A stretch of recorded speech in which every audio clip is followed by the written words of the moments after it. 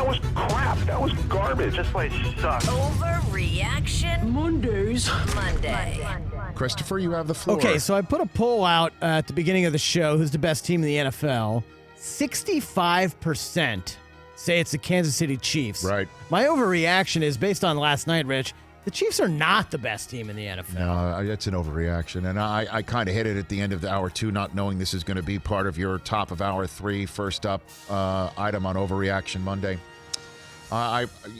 You can't blow people out. This is the National Football League. It's any given Sunday, any given Monday, or tomorrow night, any given Tuesday, or earlier this week, any given Wednesday. Name the day. It's any given. And and Super Bowl teams don't blow people out all the time. They go overcome adversity, and they lean on their people. And last night, Tyreek Hill had 2 touchdowns that he scored that didn't count because one, he didn't realize he caught the ball. And another one, he flipped into the end zone after scoring the touchdown, but it was called back due to penalty. And they still won the game by 3. And they have weapons all over the place. They're still the best team in my mind in the NFL right now going into the last quarter of the season. That's an overreaction. What else? All right, let's go to Philadelphia. The Eagles need to start Jalen Hurts, and they need to start him now for the rest of the year. Yeah, that's an overreaction, too. One of the things that, I'm going to talk about on tomorrow's show, because I know we got Damian Woody coming up and then other time down the road. I'll just give you a preview of one of my downs for tomorrow is because Taysom Hill is on the program tomorrow for the New Orleans Saints on Tuesday. This team may have the best defense in the NFL. Saints. And the reason why they have 10 wins right now is because of the defense. They're putting a hurt on people. That's 2 games where Matt Ryan, the Matchel, couldn't do a darn thing with it. And they had Todd Gurley, and they had Julio Jones yesterday.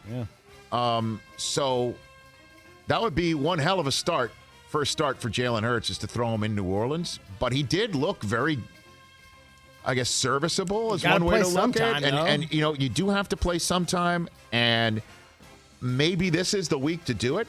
I don't know about for the rest of the season. That's still a large cap hit you got to take. So I'll just say, I'll just put a pin in that one and just say that's not an overreaction. It might be what happens. Yeah. So I guess it's a proper reaction. I just talked myself into saying, let's go for it. What's the worst they can do? Is just eat $60 million on the cap? That is the worst they can do, actually. That's pretty bad. All right, you just mentioned Taysom Hill. He's going to be joining us tomorrow. How about this? If needed, the Saints can win the Super Bowl with Taysom Hill. I just talked to you in a way that they certainly can. Threw a couple touchdown passes yesterday. He's getting better, isn't he? Had his best game, I think. He did. His career yesterday. Look at him. And it's against a team that saw him 2 weeks ago. That's why I thought the Saints were vulnerable yesterday. You throw the records out in a blood sport against a blood rival, and a team that saw him 2 weeks ago. It's not like, well, this is new. We can't practice against it, or we do our best to scout against it. He did very well. So I'll say that's not an overreaction. I don't think they're going to have to. But it's working out. It's definitely working out. And if the defense keeps balling out like that, that's all you got to do is just don't make the mistakes, put 3 on the board, and let's roll. Michael Thomas had 100 receiving yards. Let's go. Rock and roll. Yeah. All right, next, let's talk about the Browns. I did put out another poll. How far do the Browns go this year? 42% say wild card, 35% divisional. That's leading right now. I'm going to say the Browns are going to be playing in the AFC Championship game. That's not game. an overreaction. I know Peter King said something earlier today about how can they the question about the Browns. He thinks, okay, Peter King, I thought was spot on saying that the Browns made the playoffs yesterday. They win their 9th game. They clinch a winning season. The way that they're playing, that they should have 10, 11 wins, and that will get them in. They still have to win the 10th and 11th game, but they've got the team to do it. The question for them is, can they beat the Chiefs or the Steelers 8 days after winning a playoff game? Because that's the deal. You go from wild card to the divisional round, and who can you beat in that divisional round? Who are you going to beat? Let's go. Can you beat the Steelers or the Chiefs 8 days after winning a playoff game? And the answer is, yeah, they can. Oh, yeah, they can. You pack the defense in the running game. That's what Warren Sapp, that's what you need. That's what you need to win on the road. Why not the AFC Championship game? Why not? Why not? Again, the Tennessee Titans last year made the AFC Championship game with stout running game, stout defense, quarterback who didn't make a mistake and can play action you over the top. That's the Cleveland Browns of 2020. That's not overreaction. I'm in. I'm in on that. Okay, how about, are you in on the skull clap, Rich? The Vikings are back. They're not back. But they do have the best running back in the game and the best young rookie receiver in the game and a quarterback who can find them. He also, that mistake he made at the beginning of the second half, I don't know, man. I don't know. They might be the team you don't want to see as the 7th seed, but I'll tell you the team you definitely don't want to see as the 7th seed is the defending NFC champion 49ers, and I think that's who it's going to be. Minnesota's last games of the year, they're at Tampa, and I have to go to New Orleans. Chicago at home and Detroit at home. Maybe they get got. Who knows if Detroit starts playing better. What was the stat that you said about the Lions before the show? Oh, my gosh.